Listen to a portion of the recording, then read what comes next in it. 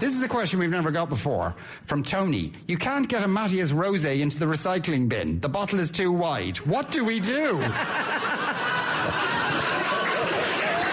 Bravo, Tony. You and every off-licence in the country has the same feeling. That bottle actually is an iconic wine. Mateus Rosé was one of the first wine brands ever to be created in the world. And the wine company who owns Sograp, who makes Mateus Rosé, also makes this Vinho Verde Gazlea that we're trying here. After the Second World War, this Portuguese guy decided, he wanted to make wine he wanted to start to discover, the export market, to try and make a few bob. And he knew that a lot of the American GIs had got used to this German bottle shape, which is called the box bottle, which is a typical bottle shape that you get in a place called Franconia over in eastern Germany. So he had the great idea of making, knowing that the Americans liked sweet drinks, he made a rosé wine with a little bit of sugar in it. He put it in this box bottle shaped bottle, thinking, well, you know what, they'll recognise it and they'll buy it.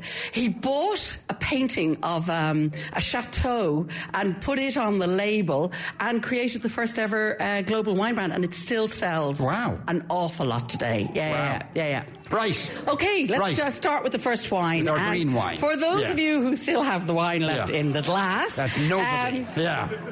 This is from Portugal. It's called Vinho Verde, which means a green wine. It's from northern Portugal. It's made from about 4 different grape varieties, all of which have almost unpronounceable names. That's the great thing about Portugal. It has grape varieties that you're never going to find anywhere else in the world. But one of the grape varieties in this is one called Loureira, which is a nice name because it means laurel in Portuguese, because there's a slightly kind of, laurel tree aroma from the wine.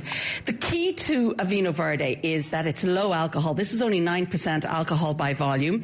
It's widely available. You'll get it in next door off licenses. It retails at $10.99. And you'll also notice there's a little bit of spritz in it. There's a little bit of CO2. That's actually naturally present. That's the way they make this wine. Now, lots of people go to Portugal on holidays. They either go to golf or they go down to the south for the bit of sunshine. And you will get lots of fish in Portugal. And Vinho Verde is a wine that goes brilliantly with fish.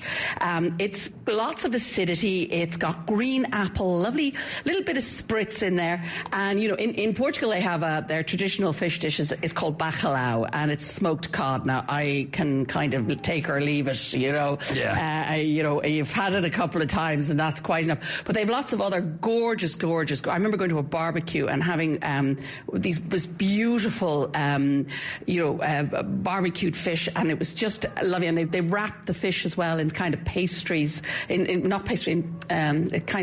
of soft pastry as well. Because, the Portuguese are very good at fish, and anybody who likes fish, and these days, going to supermarkets, and fish seems to be everywhere. They all have the big counter with all the, sexy looking fish on the ice, and obviously people are eating a hell of a lot more fish these days. And for your man on your low cholesterol diet, that'll be very good for him as well. So let me tell you, this is a wine that the wife can drink, and it's only 9% alcohol by volume, so she won't get too drunk and kill him after the end. That's good. Yeah, so will this be a low cholesterol wine? This is a low cholesterol wine, yes, absolutely. So lovely wine, lots of acidity. Does everybody like it? Yeah. Good. It's very zingy. Very zingy. And I suppose a little bit of it's naturally occurring carbonation in it. Well, what they do is the byproduct of alcoholic fermentation is alcohol and CO2. They leave it naturally present. They don't let it kind of fade into the ethers. They just that's the way. There's a technique they use. So, but I won't bore you with it. Yes. Okay. All right. Do you even know what it is? You do. Yeah. I'd have to look it up in the book if the truth be told. Right. Anyway, what's our second? Oh, our red wine is this is a lovely wine. This is the 2010 Torres Gran Sangre de Toro. It retails at $14.49 and it's very widely available. It's in Tesco, Duns, Centra, Lundus, O'Brien's, Next Door, Fine Wines. You'll find it pretty well everywhere. This is made by Miguel Torres, and in March this year, Torres was named the most admired wine brand by Drinks International. Torres is a family business. It was first founded in 1870. This wine, the Sangre de Toro, the first version of it was made in 1954, which makes it 60 years old this year. the 7th generation. I've met the 6th generation, which is the dad, Miguel Torres, and he was at a tasting in Dublin about a year and a half ago, and I got my picture taken. Never give your mobile phone to somebody who shakes when they take a picture, because me and the most famous winemaker in the world, and it's blurry, right? But I've met the father and the son, and Miguel Torres Jr. is the CEO, and he's the 8th generation of his family to head up the family business. They're based in Penedès, right? The thing that they did was they brought Spain kicking and screaming into the modern world, and this is a modern Spanish wine. It's made from a blend of Garnacha, Cariñena, and it also has a little bit of Syrah, which is a French grape variety in it.